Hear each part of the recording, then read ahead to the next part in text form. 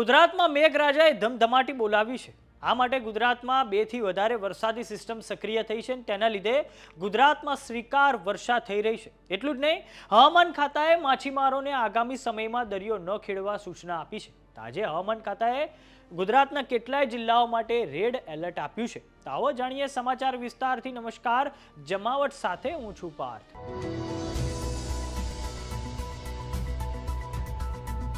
ગુજરાતમાં હાલમાં સાર્વત્રિક વરસાદની સ્થિતિનું નિર્માણ થયું છે।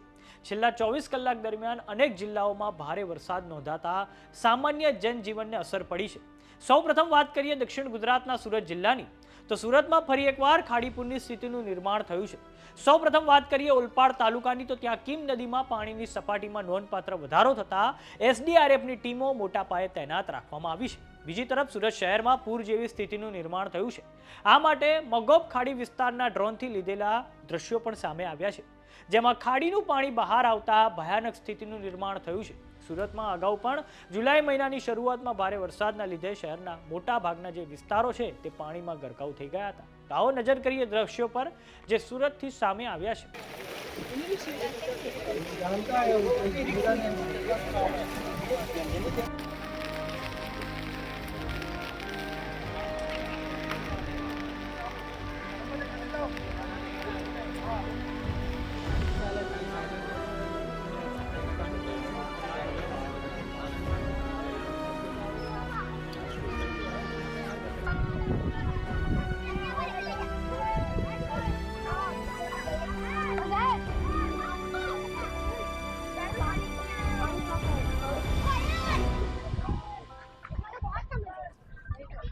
હવે વાત કરીએ નવસારી જિલ્લાની, તો નવસારી જિલ્લામાં આજે યલો એલર્ટ આપવામાં આવ્યું છે।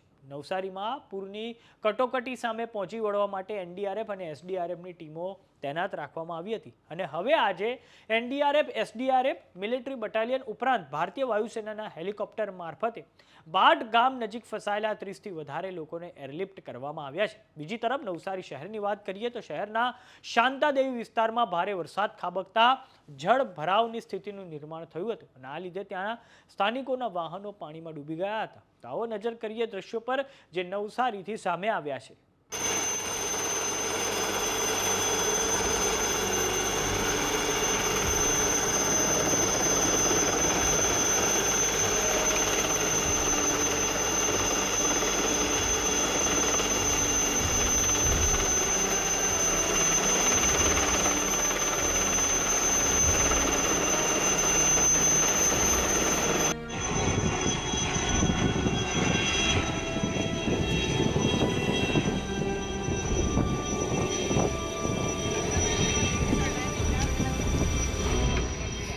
હવે વાત કરીએ મહાનગર અમદાવાદની, તો ત્યાં પણ વિક્રમજનક વરસાદ પડ્યો છે। હવે આવતીકાલે અમદાવાદના ડીઈઓ દ્વારા શાળા કોલેજોમાં રજા જાહેર કરવામાં આવી છે। એટલું જ નહીં, આજે પણ અમદાવાદ માટે હવામાન ખાતા દ્વારા રેડ એલર્ટ આપવામાં આવ્યું છે। અમદાવાદમાં 24 જુલાઈના રોજ વહેલી સવારે 5 વાગ્યાથી સાર્વત્રિક વરસાદ શરૂ થયો છે। ગઈકાલે અમદાવાદમાં 294.6 mm એટલે કે 11.60 ઇંચ જેટલો વરસાદ નોંધાયો હતો, જે વર્ષ 1927 બાદ વર્ષે જુલાઈ મહિનામાં નોંધાયેલો સૌથી વધુ વરસાદ છે અને વર્ષ 1927માં જુલાઈ મહિનામાં 414.8 mm એટલે કે 16.33 ઇંચ જેટલો વરસાદ નોંધાયો હતો। તો આજે પણ મેઘરાજાએ આક્રમક બેટિંગ કરી છે। આવો નજર કરીએ દ્રશ્યો પર જે અમદાવાદથી સામે આવ્યા છે।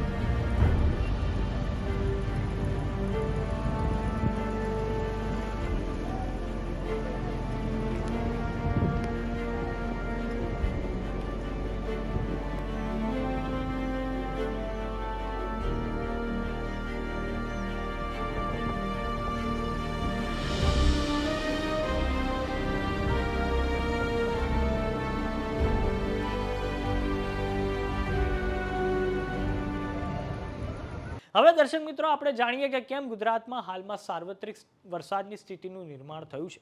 તો રાજ્યમાં હાલમાં એક લો પ્રેશર સક્રિય છે. સાથે જ રાજસ્થાન નજીકથી પસાર થતો મોન્સૂન ટ્રફ તેમજ વેસ્ટર્ન ડિસ્ટર્બન્સનો સમાવેશ થાય છે. અને આ તમામ હવામાન સિસ્ટમના લીધે રાજ્યમાં વ્યાપક અને ભારે વરસાદ હાલમાં થઈ રહ્યો છે. આ માટે દર્શક મિત્રો આપણે સેટેલાઇટ તસવીરની મદદથી પણ સમજીએ. તો તમે આ સેટેલાઇટ તસવીર જોઈ રહ્યા છો, જેમાં હાલમાં જે ગુજરાતની ઉપર ઘણી બધી જે વરસાદી સિસ્ટમ છે તે જોઈ શકાય છે. એક તો લો પ્રેશર સક્રિય થયું છે. આ ઉપરાંત જે વેસ્ટર્ન ડિસ્ટર્બન્સ છે રાજસ્થાનની નજીકથી જે પસાર થઈ રહ્યું છે તેના લીધે પણ વરસાદ પડી રહ્યો છે. અને જે એક ટ્રફ બન્યો છે આ કારણે પણ હાલમાં ગુજરાતમાં સાર્વત્રિક વરસાદની સ્થિતિનું નિર્માણ થયું છે. જુલાઈ મહિનાની શરૂઆતમાં જે દક્ષિણ ગુજરાતનો જે વિસ્તાર છે, સૌરાષ્ટ્રમાં ભાવનગર અમરેલીનો વિસ્તાર છે, ત્યાં મેઘરાજાએ જોરદાર બેટિંગ કરી હતી. અને હવે વરસાદના આ રાઉન્ડમાં ઉત્તર ગુજરાત અને મધ્ય ગુજરાતના વિસ્તારોમાં મેઘરાજાએ જોરદાર બેટિંગ કરી છે. હવે દર્શક મિત્રો આપણે હવામાન ખાતાની આગાહીની મદદથી સમજીએ કે આજે અને આવતીકાલે કયા વિસ્તારો માટે રેડ એલર્ટ આપવામાં આવ્યું છે. તો આજે 24 તારીખ છે. તો 24 તારીખ માટે દર્શક મિત્રો તમે સ્ક્રીન પર જોઈ શકો છો, વાવ, થરાદ, બનાસકાંઠા, પાટણ, મહેસાણા, ગાંધીનગર, અમદાવાદ, ખેડા, આણંદ, સુરેન્દ્રનગર અને મોરબી માટે રેડ એલર્ટ આપવામાં આવ્યું છે. આ સિવાય ઓરેન્જ એલર્ટ કયા જિલ્લાઓ માટે આપવામાં આવ્યું છે?